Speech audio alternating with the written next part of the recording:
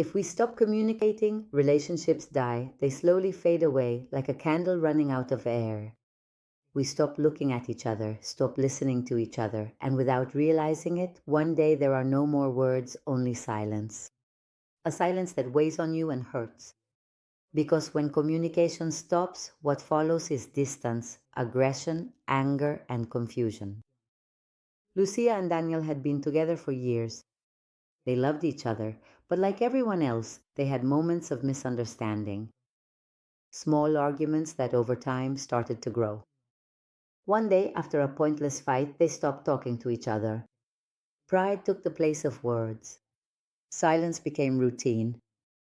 Lucia felt that every conversation turned into a battlefield. Daniel felt that she was constantly judging them. And amid so many misunderstandings, the distance became greater than the love. Until one day, Lucia stopped to think, what happened to us? At what point did we stop listening to each other? And in that moment, she understood something important, that she needed to ask for help. In our sessions, Lucia discovered that it wasn't what they said, but how they said it.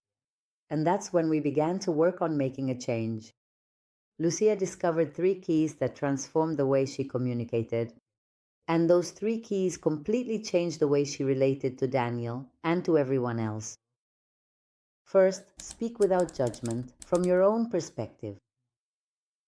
Before, when Lucia would say, "You're aggressive," Daniel would get angry, his tone would harden, his gaze would turn cold, and the conversation would end very badly.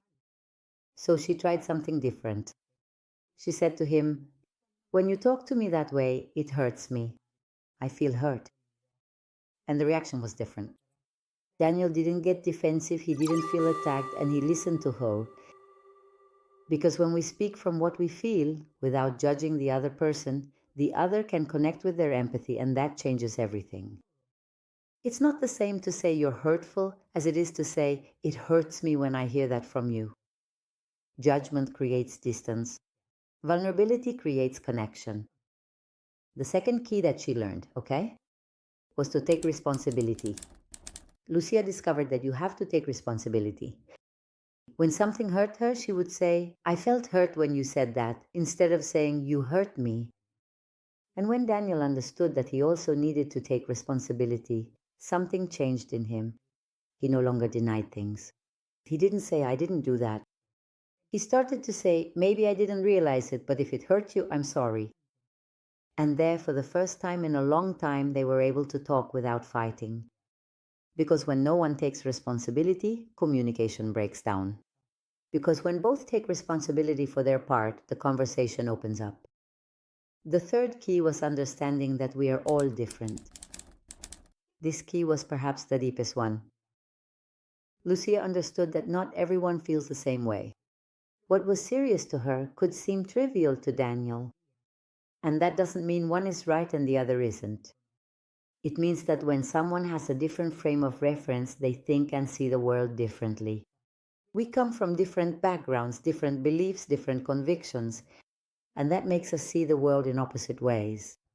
What might seem insignificant to me could hurt someone else deeply. And when we understand that, we stop judging, and we start to validate what the other person feels. And validating doesn't mean agreeing. It means recognizing that what the other person is experiencing is also valid. Over time, Lucia and Daniel started talking again. Their conversations became gentler. Arguments turned into dialogues. They learned that communication isn't about winning an argument, but about building a bridge between 2 different worlds. Today they know that communication without judgment, thank you, taking responsibility, and understanding that we are different people are the 3 foundations on which any healthy relationship stands, and that when you speak from the heart, the other person has the chance to listen from the soul. And you? How long has it been since you truly talked with that person you love? Maybe it's not about being right, but about learning to communicate with empathy, with responsibility, and without judgment. Think about it.